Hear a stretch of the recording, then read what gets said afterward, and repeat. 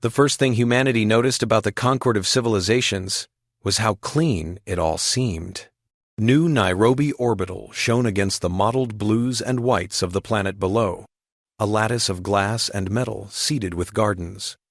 Docks cycled ships through in precise patterns, cargo routes updated in perfect synchrony. Holographic signage scrolled tariffs and schedules in a dozen scripts. On the surface, it was order made visible. Beneath that surface, Rafik Mendonza discovered how much ugliness order could hide. He stood in the viewing gallery as a Selkari delegation slid through the arrival gate. Soft-bodied and many-limbed, they cradled hydration spheres in their appendages, frills fluttering with subtle emotional cues. To most human eyes, they were alien in the way of childhood nightmares. To Rafik, they were colleagues who happened to secrete mucus and vote in fluidic assemblies. His tablet blinked in his hand. Another batch of legal summaries from the Olivex archive. Another hour of reading ahead. He should have felt triumphant. He had wanted this. To be among the first generation of human advocates to work at this scale. To help define how a young species fit into an old galactic order. Instead, his jaw was tight, and there was a knotted anger under his breastbone. Nazreen Huhas had sent him the last document set with only 3 words in the message header. You were right. He had been too tired to feel vindicated. Now, watching the arrival gate cycle, he remembered the first conversation they had shared in Nazreen's office on the station's diplomatic level. It had been late, somewhere around 11 p.m. per local station time. The lights outside had dimmed to a twilight mode. The gardens glowed faintly behind transparent walls. Nasrin's office was a small wedge of curved space overlooking the docking ring, its single window filled with the slow ballet of ships. Nasrin sat with her feet braced on the edge of her desk, tablet resting against her knees, hair gathered up in a ragged knot that spoke of too many hours and not enough sleep. There was a lean, tired determination to her that Rafik recognized from old union organizers back home. You've gone through the protocol on sentient treatment? She asked. All of it. His tone had been flat, twice. And it is theater. It sounds good until you realize nothing in it binds anyone to anything. That's what I thought the first time I read it, Nazrin said. And the second, and the 10th. The language is deliberately mushy. Should instead of must. Encouraged instead of required. She had flicked her tablet, sending a document to his display. It resolved into a shipping manifest and case summary. A Brantley mining concern, a long-haul freight crew, an airlock misused as a disciplinary tool. The Olivex archive is full of these, she said. Incidents that would be crimes under any human standard, but here, negligence at worst. Most of the time, not even that. The appeals cite the protocol. The rulings note that the company ignored best practices and failed to uphold expected courtesies. Then they close the file. No penalties that matter. Rafik had read the summary, feeling his throat tighten. You're telling me there is no binding recognition of personhood anywhere? He asked. No serious obligation not to torture, not to disappear people into black sites? Nothing you can take before a court and say this is the line? Trade obligations, Nazrin said. Safety standards for cargo. Strict liability for contaminating someone else's atmosphere. Endless clauses about who owns what data. But when it comes to what we would call rights, she shook her head. Nothing enforceable that crosses the big trade regions. Why? Because last time someone tried to force the issue, she said, half the galaxy nearly set fire to the other half. The Spiral Directorate brokered the ceasefire. Their solution was the protocol. Everything else, what you and I would recognize as fundamental, got kicked down to local law and private contracts.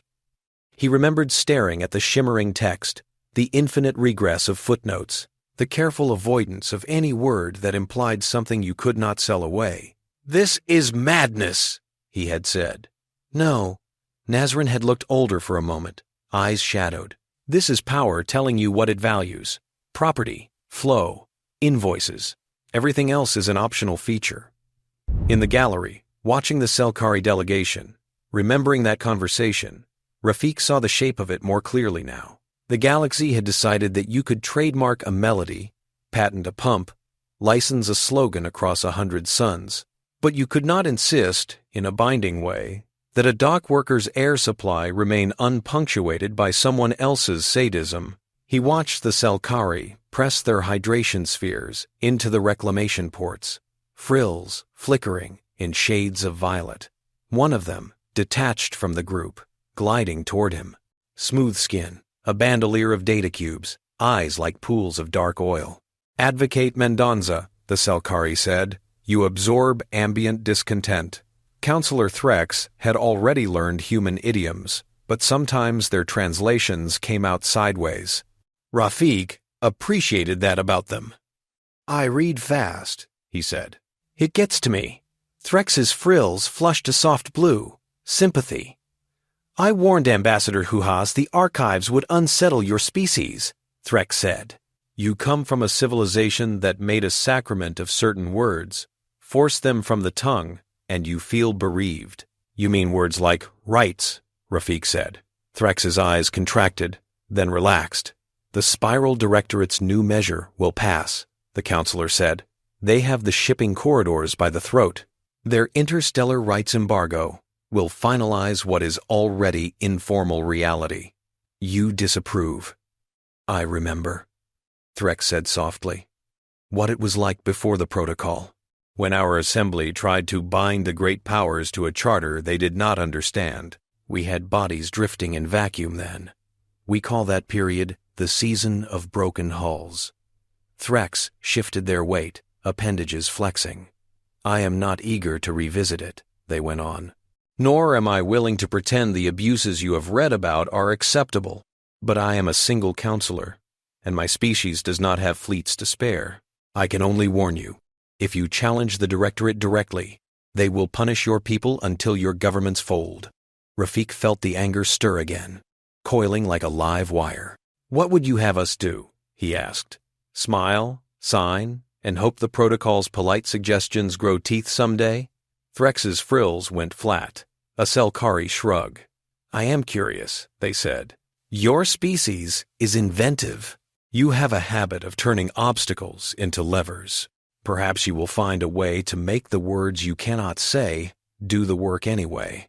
The counselor glided away to rejoin their delegation, leaving Rafik with his reflection in the polymer window and the text of 1,000 hollow promises on his screen. Somewhere beyond the station's spin, in another star's light, a Branthy refinery supervisor was preparing for a disciplinary exercise of their own. On paper, every metric would be within tolerance. The law as it stood did not care if people screamed. The first human outrage came less than a month later. The footage spread faster than any embargo. Grainy, first from internal security feeds, then from handheld devices smuggled past sensors. Workers in orange pressure suits kneeling in a semicircle in front of an airlock door, a Branthy overseer circling them, exoskeletal legs clicking on the deck, voice distorted by translators. "You have misloaded consignments," the overseer said. "You have contaminated my timelines." The worker's vitals flashed in a corner of the frame, a courtesy for whoever had first compiled the report. Elevated heart rates, spiking cortisol, wide eyes behind helmets. "You will demonstrate your understanding of urgency," the overseer said. The airlock cycled, not all the way, not to the point of catastrophic vacuum. Just enough, just long enough for lungs to seize and vision to narrow, for capillaries in the eyes to burst and eardrums to tremble, just long enough to make terror into something you could taste, metal and salt and burning. Then pressure returned, alarms hushed to a soft amber. The Branthy overseer paced, mandibles clicking in satisfaction. "Next shift," they said. The report attached to the footage noted, in matter-of-fact script, that no workers had suffered permanent damage, that the incident had instilled improved compliance, that safety ratings remained nominal. The company lawyers appended a note. All actions taken were within the bounds of current law. The protocol on sentient treatment did not proscribe controlled atmospheric variation. The disciplinary measures had been unpleasant, but not inhumane, according to established definitions. No binding clause had been breached. On New Nairobi Orbital, humans watched the footage in silence that quickly exploded into noise. In worker habitats and corporate lounges, in cramped cabins and open plazas, voices rose, comment threads filled with curses and accusations. Petition counters ticked upward, then sideways, as automated filters throttled them for excess sentiment. Nazrin stood in a conference room with the volume turned low, the footage playing on repeat over the table. Representatives from human governments argued into their headsets, some demanding sanctions, some counseling restraint. "We are not ready," one envoy said through the tinny speakers. "We have maybe 2 respectable carrier groups. They have 100. We cannot afford to pick this fight. They are suffocating our people for fun," another voice snapped. "If we do nothing, what message does that send?" "The message that we understand leverage," the first replied. "We need years to build fleets. Supply chains. Alliances. We cannot afford open conflict now." Rafik watched, fists balled at his sides. "It is like watching someone argue whether to sue or appease a volcano," he said quietly. Nazrin muted the line and rubbed her forehead. "They are not wrong," she said. "About the power imbalance." "They are missing the point," he answered. "This isn't a problem we can solve with tonnage. We already live in a universe where their freighters and legal frameworks rule the lanes. We can shout, and they will shrug. We can send a frigate, and they will send 20 more." He stared at the frozen frame of the Branthy overseer.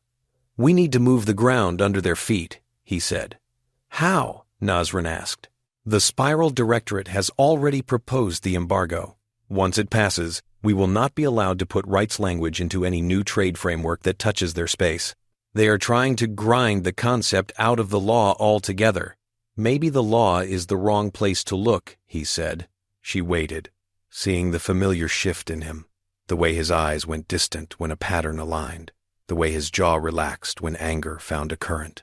"Can you get me time with some very specific people?" he asked. "I need Kwame Alder, May Caldera, Aparna Halim, and Haruto Ben Salem. Somewhere they cannot be overheard. Somewhere with coffee. A lot of coffee." Nazrin studied him.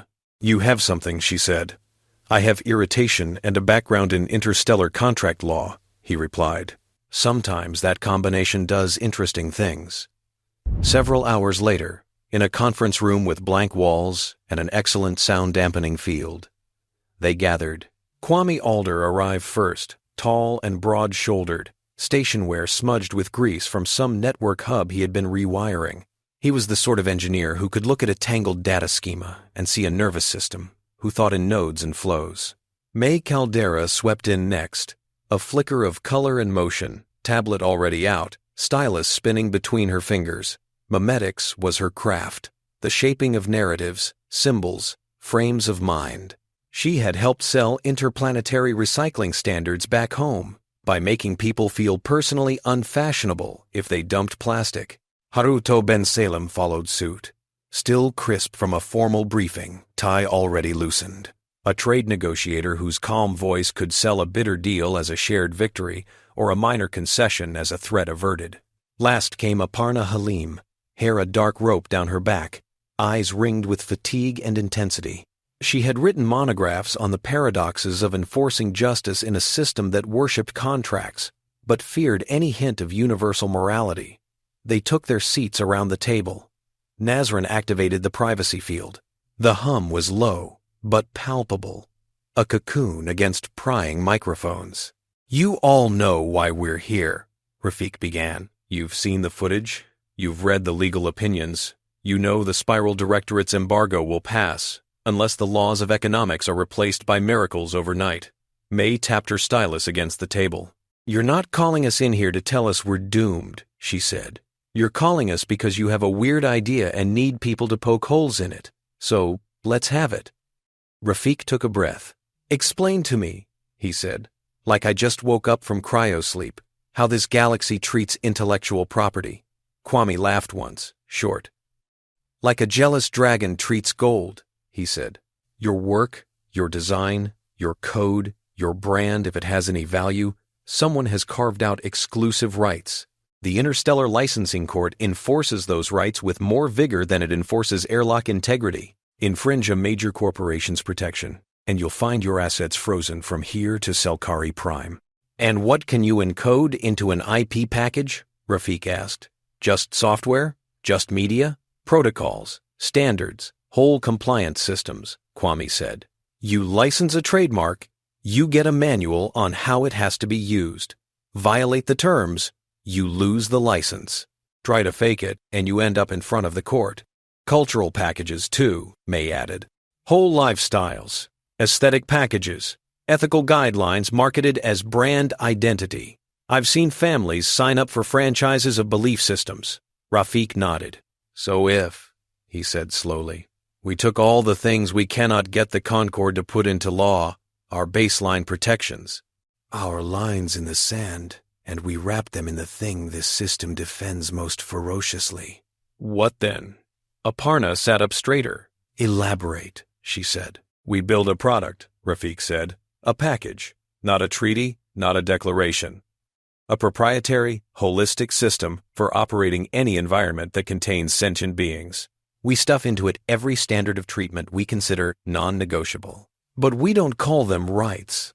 We call them performance metrics, brand requirements, service level guarantees. Haruto's eyes narrowed, calculating implications. And then, he asked. And then we license it, Rafik said, on our terms. You want human workers, human tourists, human investments, human tech? You license this. You sign the contract. You agree to bind yourself to obligations you cannot unilaterally revoke. Because if you do, you lose the license, and your access to the package goes dark. And in a world that values what we can offer, that will hurt. Silence spread around the table, not empty, but dense. Aparna's mind flickered through case law, precedents, pitfalls. She saw immediately a dozen points of resistance, but also the lattice of opportunity beneath. Intellectual property behaves differently than public law, she said. The Interstellar Licensing Court will enforce contracts and protections attached to it, without blinking, as long as they're structured as reasonable conditions of use. If we define our moral lines as those conditions, then violating a worker's performance-protected status becomes a breach of license, May finished. Not a moral offense, a commercial one, with sanctions everyone takes seriously. Kwame's thoughts spun along different wires. The tech layer would need to be airtight, he said. We'd have to build a sensor network, a dignity mesh, that monitors compliance and generates cryptographic attestations. No one will trust a system that relies solely on self-reporting. And we'd have to design it so you can't selectively ignore modules. It's all or nothing. Haruto steepled his fingers. You know the Spiral Directorate will fight this, he said. They will accuse us of smuggling politics into commerce. They will call it anti-competitive, discriminatory. They can call it whatever they like, Rafik said. But as long as we are not prohibiting them from trading in general, only from using our proprietary system without respecting its terms, we have a shot. The court has always defended the right of creators to define the scope of their license. Nazreen watched the faces around the table. She had learned to read more than words. The tilt of a head, the way fingers tightened on a stylus. What she saw now was familiar from other parts of her life. Someone had tossed a match into a room full of dry kindling. If we do this, she said, we cannot half commit. Once the codex is out there, we will be betting our credibility, our leverage, our safety on it. You just named it, May said. Named what? Nazrin asked. The thing, May said. The package. Human Dignity Codex. It sounds weighty, technical and grand at the same time. Rafik let the words settle. Then that's what we build, he said. The work that followed consumed them. Days blurred into nights. Timestamps on drafts shifted from 3 p.m. to 2 a.m. and back again.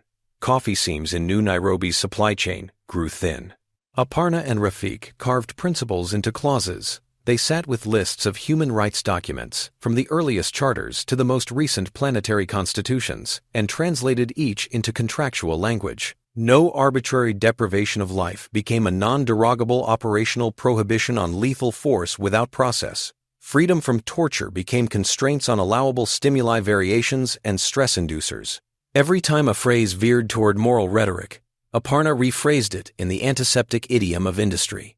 "This is not a manifesto," she reminded herself and the others. "This is an instruction manual for running a universe where people do not get crushed for profit." Kwame designed the Dignity Mesh. He imagined the codex not as a static document, but as a living network of sensors, logs, and attestations. Wearable devices tracking vitals and environmental exposure. Camera feeds analyzed for patterns of harassment. Airlocks coded to require dual authorization for override, with every exception recorded and justified. All this data, encrypted and anonymized where possible, would roll up into a compliance dashboard. Facilities that license the codex would have a green status when all metrics remained within permissible bounds, fall into the yellow or red bands, and flags would be raised. Corrective plans mandated. Persist in red, and the license would self-terminate. May worked on the mimetic layer.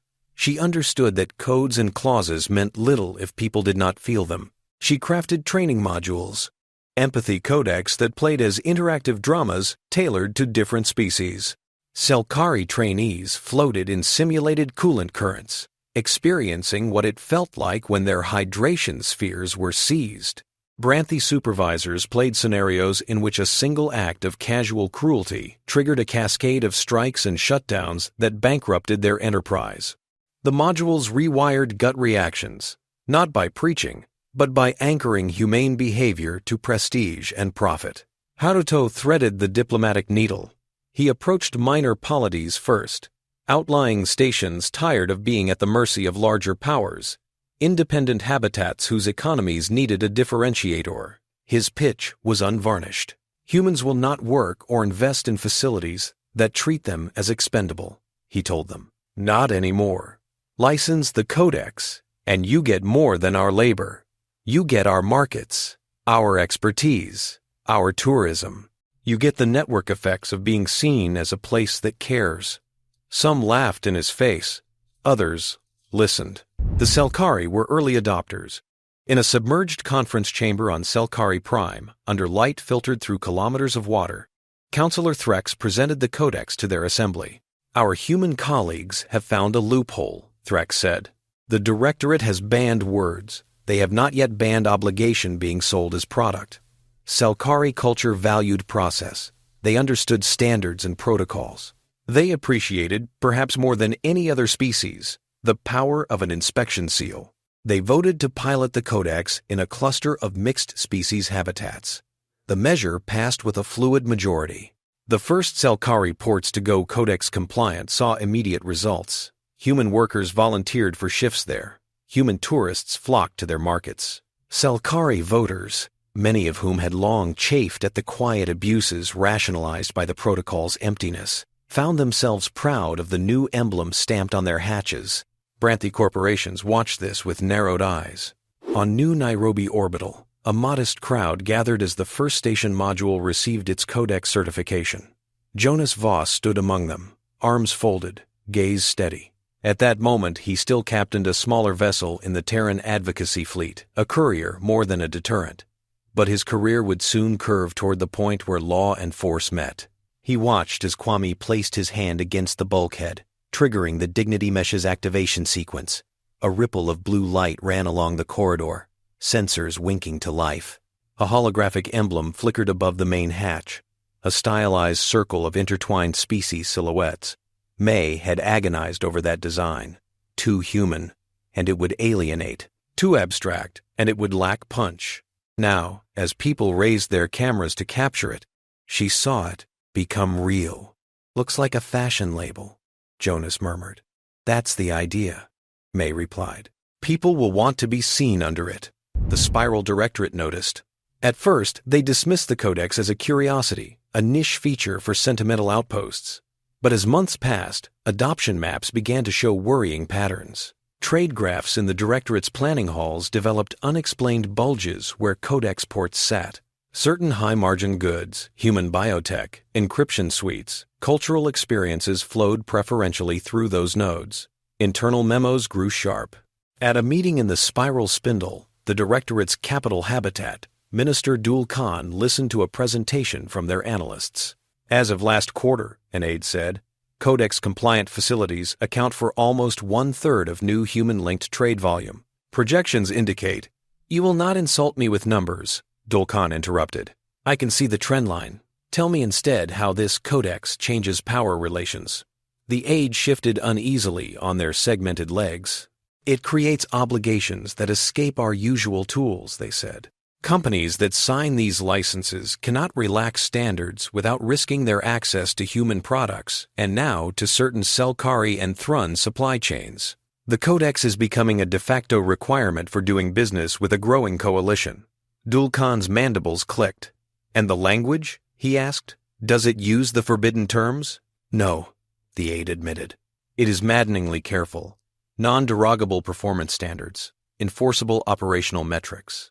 It does not speak of rights anywhere we can attack. Dulkan considered this. The embargo worked on words, he said. These humans have shifted the battlefield. They are attempting to turn decency into a premium service. We could develop our own standard, the aide ventured. Something more flexible, more optional. A rival product. Dulkan's eyes gleamed. Do so, he said, and ensure it incorporates language that preserves owner discretion. We will not allow this quarter-born species to dictate how we discipline our own assets. Thus were the sentient comfort guidelines born. They were glossy, full of stock imagery and inspirational phrasing. They encouraged gentle handling where convenient, recommended atmospheric stability when expedient, suggested that workers might perform better when not in mortal terror. They imposed nothing. They went nowhere. May watched their launch with a strange mix of amusement and unease. They've learned the wrong lesson, she told Rafik. They think this is about branding. They don't understand that the Codex's real hook is enforceability. They will, Rafik said. When we drag them into court, the first case came sooner than anyone expected. A Branthi subsidiary licensed the Codex for a food processing facility servicing human markets. They installed the Dignity Mesh, trained supervisors with Empathy Codex, adjusted schedules and environmental settings. Profits climbed, turnover fell. Survey scores from workers and clients alike showed marked improvement. Then, a new director took over. The reports later described him as efficient, ambitious, and impatient, with foreign sentimentalities. Under his orders, safety buffers were trimmed, break periods shortened, ventilation tuned to lower settings to save energy. The Dignity Mesh noticed. Dashboard indicators at Codex Central flickered from green to yellow. Kwame's team sent warnings. The facility's compliance officer promised to rectify the deviations. Instead, the director ordered the monitoring thresholds adjusted without authorization. He rerouted certain data streams, forging attestations. For a month, the dashboard stayed falsely green. Then a worker collapsed on the line from heat stress. Another suffered hypoxia when a compartment's ventilation system stalled. The subsequent internal investigation leaked. When Rafik saw the falsified reports and the cut corners, something in him went very still. This is it, he said to Aparna. This is what they will understand. The complaint they filed with the Interstellar Licensing Court was meticulous. Each clause violation cross-referenced. Each forged attestation highlighted. Each instance where the director had prioritized throughput over compliance tabulated. The key argument was simple. This is not a moral disagreement, the complaint read. This is a license breach. The defendant accepted our product, benefited from its reputation and technical advantages, then unilaterally discarded the obligations that gave it value. That is fraud, pure and simple. The court convened a panel. Archivist Olo, as a representative of the Olivex archive, was invited to provide historical context. The hearings were held in a chamber where light slanted through crystalline ribs, where sound carried cleanly and every breath seemed recorded. Delegations from across the Concord filled the balconies. Feeds carried the proceedings to 1 million screens. Minister Dulkan sat in the observer's ring, flanked by Branthi executives whose mandibles clicked in subdued anxiety. Rafik stood at the center podium, projecting calm honed over years of practice. Inside, his thoughts moved with the precision of a litigator who knew every word that would be thrown at him. He laid out the facts. He walked the judges through the license, through the Dignity Mesh's architecture, through the forged logs. He anticipated the counter-arguments. that the standards were unreasonable, that the enforcement mechanisms were overreaching. The defendant did not object when profits rose, he said. They did not contest the standards when the Codex emblem attracted human clients. Only when their old habits resurfaced did the obligations suddenly become inconvenient. We are not forcing anyone to use our system. We are saying, if you use it, you must respect the conditions that make it what it is. He paused, letting the point settle. The Directorate's counsel argued that the Codex was an attempt to impose de facto universal norms under the guise of IP, that allowing such packages threatened the neutrality of trade law. Archivist Olo, crystalline facets humming softly, countered with precedents. In 312 recorded instances, Olo said, cultural licenses have included behavioral requirements, reverence rituals, dress codes, dietary constraints, penalties for disrespect. The court has upheld such terms as long as they are clearly stated and voluntarily accepted. Olo's voice, slow but inexorable, carried centuries of cases. To single out the Codex, the archivist concluded, would be to overturn a substantial body of jurisprudence. The judges withdrew for deliberation. Time, elastic during arguments, stretched thin and brittle. When they returned, their decision unfurled across the galaxy in a flood of text. The court upheld the integrity of the Human Dignity Codex as a protected intellectual property product. It ruled that the Branthy facility had breached the license and ordered substantial damages. More importantly, it affirmed that the behavioral standards encoded in the Codex were enforceable conditions of use. The effect rippled outward like a thrown stone disturbing orbiting debris. Entities that had hesitated now saw advantage in adopting the Codex. Smaller polities realized they could shield their workers behind its clauses without having to frame the issue in forbidden language. Activist groups across species lines coalesced into the Coalition for Sentient Dignity, using the Codex as a focal point for campaigns. The Spiral Directorate's unease hardened into hostility. In an emergency session, their council issued a proclamation. While we respect the autonomy of creators, it read, we cannot allow any single species to smuggle ideological constraints into the lifeblood of commerce. Effective immediately, Codex-licensed entities are prohibited from operating within spiral-controlled trade lanes. On paper, it was a regulatory measure. In practice, it was a blockade. Ships bearing the Codex emblem were turned away from spiral hubs. Contracts with Codex-certified facilities were canceled or quietly sabotaged. Human personnel were advised by their own governments not to transit Directorate space without armed escort. Haruto met with Nazrin and Jonas in a briefing room that suddenly felt much smaller. They are daring us, Jonas said. They think we will back down rather than risk open confrontation. They think they hold all the cards, Haruto replied. They forget we have been quietly rearranging the deck. Meaning? Jonas asked. Haruto brought up a holo of regional trade lanes. Colored threads traced paths between ports. Some glowed brighter. Codex-compliant clusters, newly thriving. Others pulsed in duller hues. Spiral-dominated corridors, increasingly bypassed. We've been building alternatives, Haruto said, convincing partners to accept longer routes in exchange for safer conditions. It's been slow, but the momentum is there. Now we accelerate. Reroute everything, Nazreen said. All human trade that can possibly avoid spiral corridors will do so. We will take the hit in time and cost. That will not be enough, Jonas said quietly. They will harass our convoys along the new routes.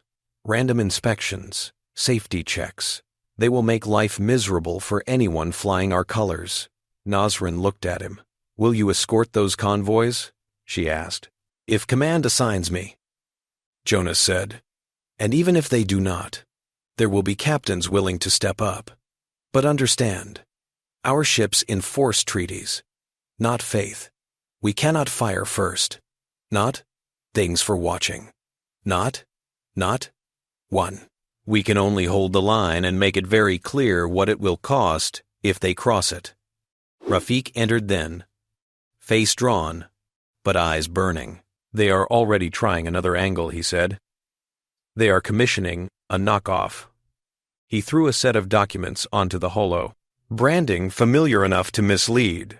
Wording twisted just enough to gut obligations. Codex Light? May, who had followed him in, said in disbelief they didn't even bother to change the name properly.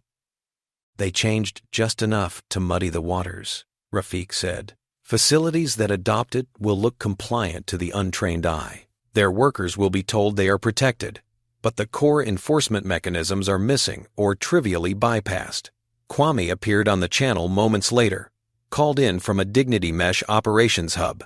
I anticipated copies, he said, but not this fast. Fortunately, the genuine codex has something the counterfeit cannot easily replicate. Which is, Nazrin asked. Cryptographic attestations, Kwame said. Every genuine node in the Dignity Mesh signs its data with keys rooted in hardware we control. We can query a facility, test its proofs. If the signatures do not match, we know it is running a forgery. Then we expose them, May said.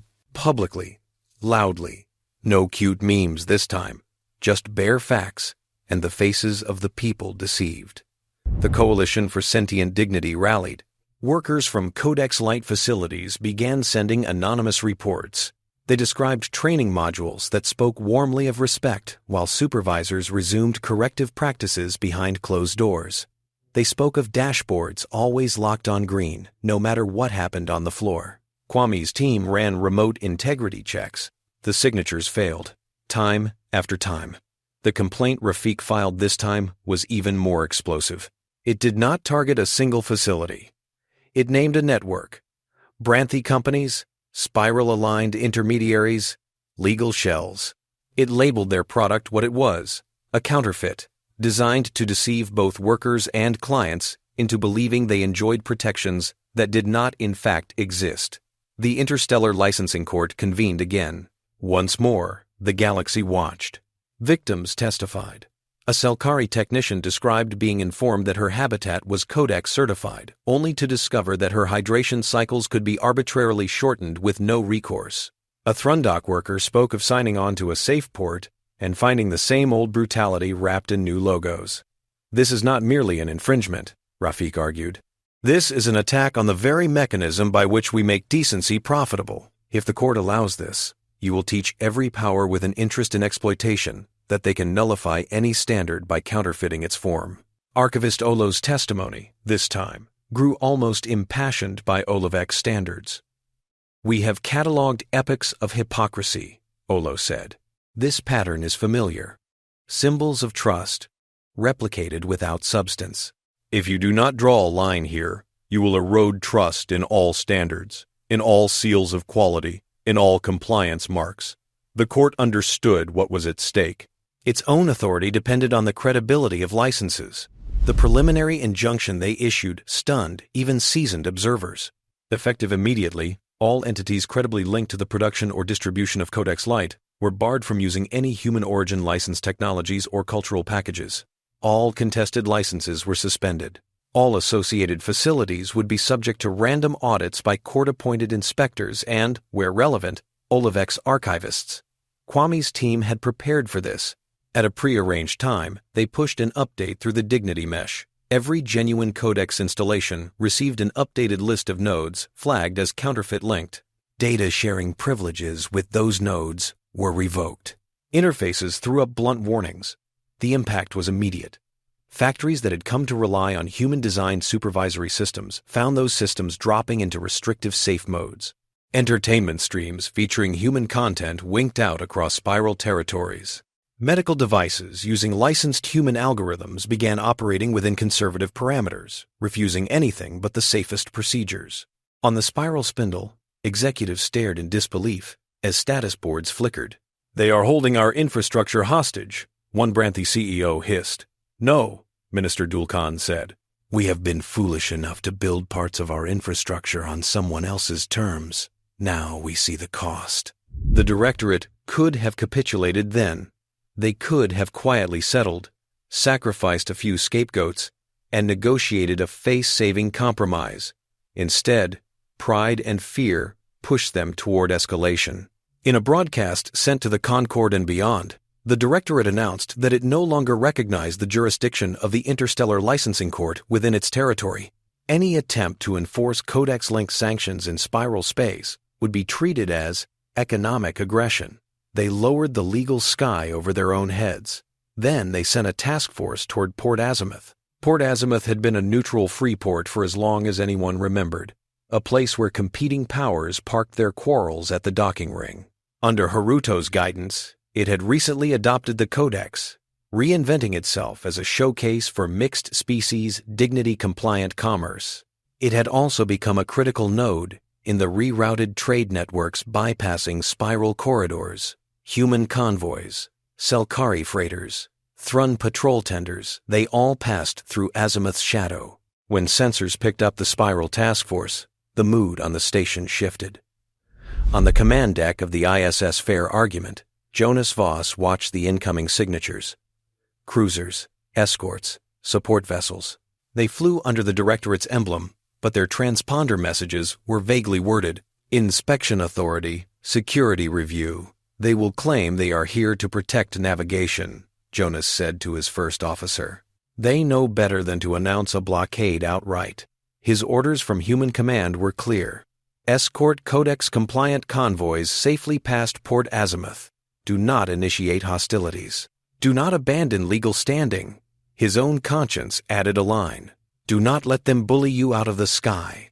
On Port Azimuth itself, a summit convened. In a conference chamber overlooking the external docks, Nazrin, Haruto, Rafik, Minister Dul Khan, Commander Roltek, Counselor Threx, and several corporate leaders faced one another.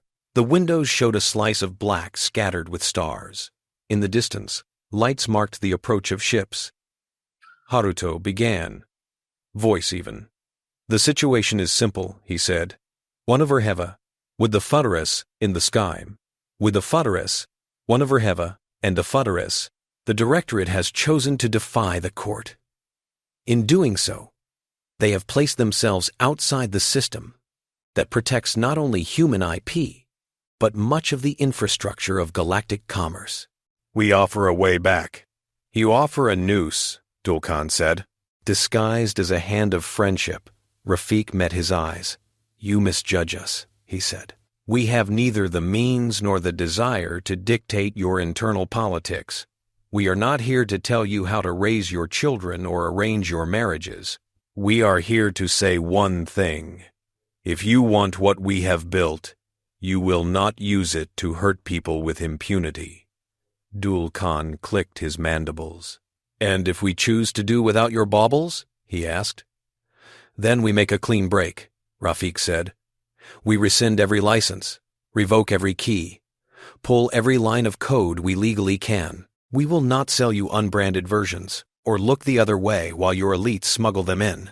You will discover how many of your systems quietly depend on what we have provided. Corporate leaders shifted in their seats. Some hid their alarm better than others. Haruto spread his hands. The alternative, he said, is the Accord of Port Azimuth.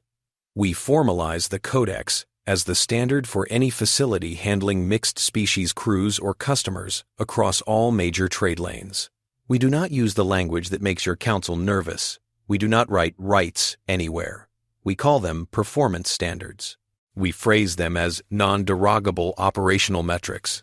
You seek to win with a dictionary what you cannot win with fleets, Commander Roltek said, voice low. We seek to win with survival what others play with, like a toy, Nazrin replied. Dulkan's gaze flicked toward the window.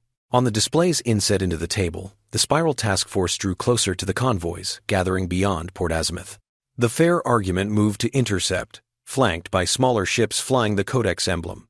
Outside, in the void, Jonas ordered his ship positioned between the task force and the vulnerable convoy. He broadcast on an open channel, Spiral vessels. This is Captain Jonas Voss of the ISS Fair Argument, acting under Concord-recognized enforcement authority related to intellectual property protection. You are approaching a convoy under Codex license. Be advised, any attempt to interfere with their passage will be recorded as a violation of multiple treaties.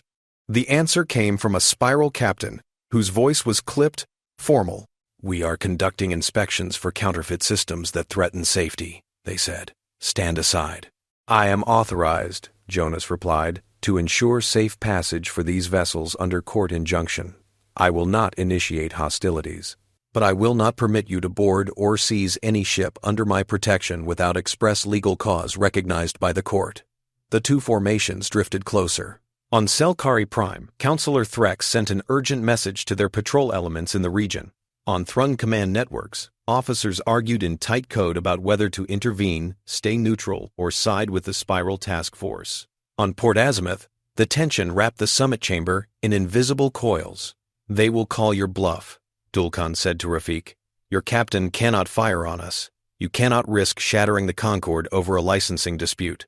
We do not have to fire, Rafik said. We only have to stand where everyone can see us. Maze networks carried the visuals in real time.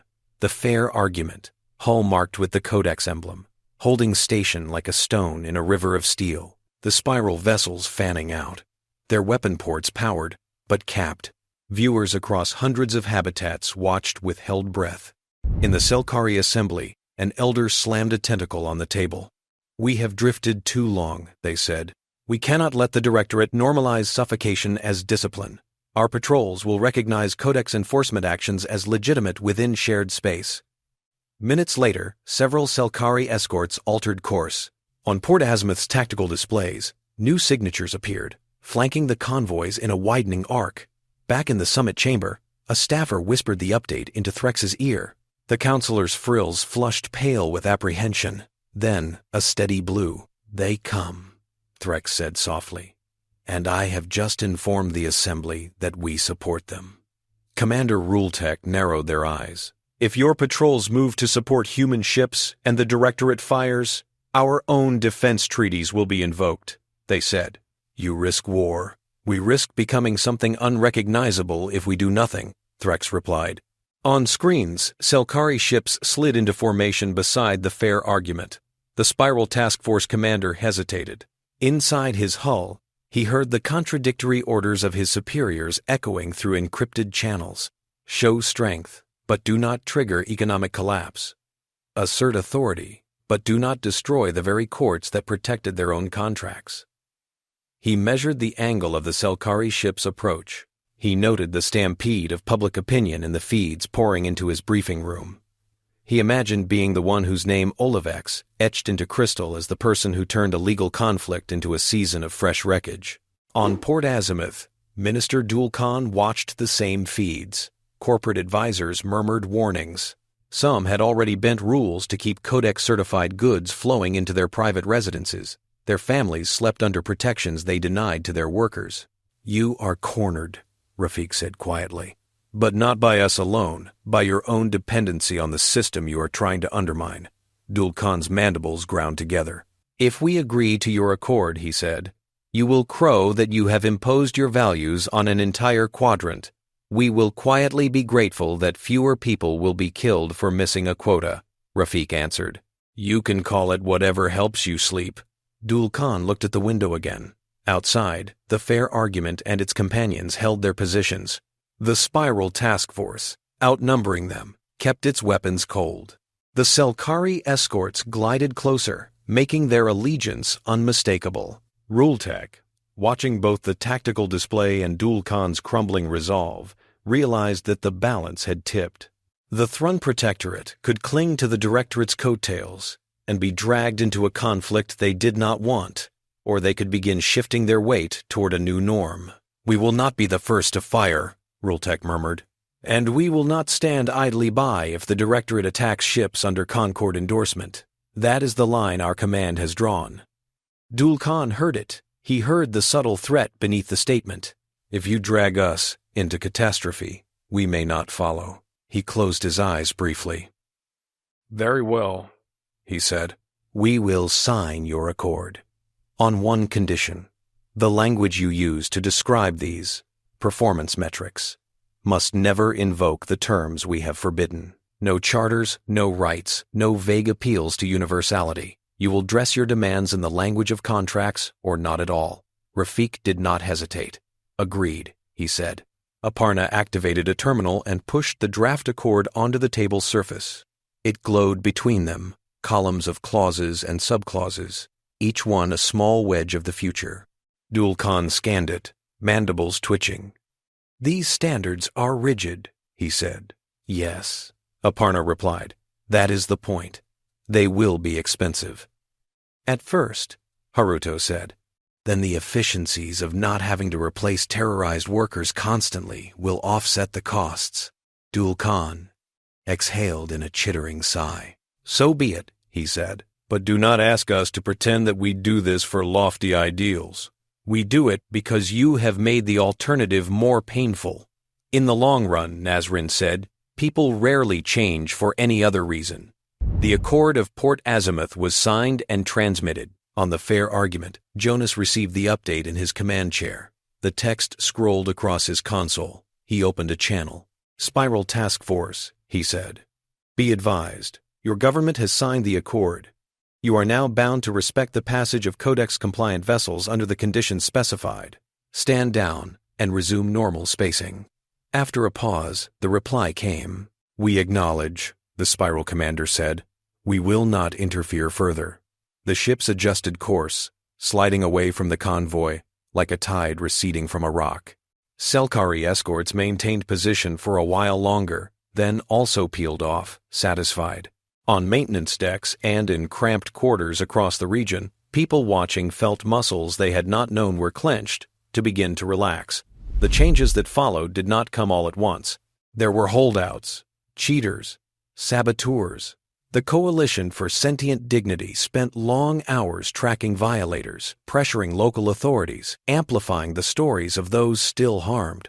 The Olivex archive updated its indexes to include Codex compliance records, turning them into a new form of prestige. Facilities that treated their workers well discovered that doing so was excellent advertising. On some worlds, elites grumbled about human moral imperialism while quietly enjoying the fact that their own families lived under sturdier safeguards. On others, old resentments simmered, but convenience eroded them. Once the Codex became the default package installed in new habitats, it was easier to leave it in place than to fight it.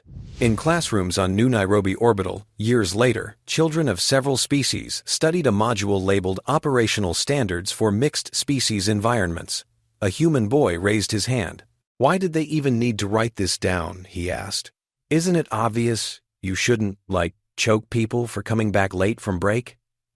The teacher, a Selkari whose frills had long since faded from bright youth to a calmer hue, smiled. "It was not always obvious," they said. "Not to everyone. Once, some considered such practices an efficient way to keep workers alert." The Thrun child sitting near the back frowned. "That sounds stupid," she said. "If you scare people all the time, they make more mistakes. Also, it's gross." Her classmates nodded. On a field trip, those same students later rode a shuttle down a corridor labeled with the Codex emblem. They stepped out into a gallery, overlooking one of the first human-built modules to receive certification. An older man stood there, watching the traffic with a faint smile. His hair had silvered since the days of late-night drafting sessions. Lines at the corners of his eyes had deepened, carved by both fatigue and laughter. Rafik Mendoza listened as the children's guide explained how the dignity mesh had changed over the years, becoming less intrusive and more effective. He watched as the students took for granted sensor networks that once had been controversial, as they chattered about performance metrics as if they were as obvious as air. One of the human kids pointed at the emblem and asked if the design had always looked that way. May, somewhere on another station, would have been pleased to hear the casual curiosity. Rafik's thoughts drifted to the Olivex archive, where archivist Olo's latest chronicle now sat.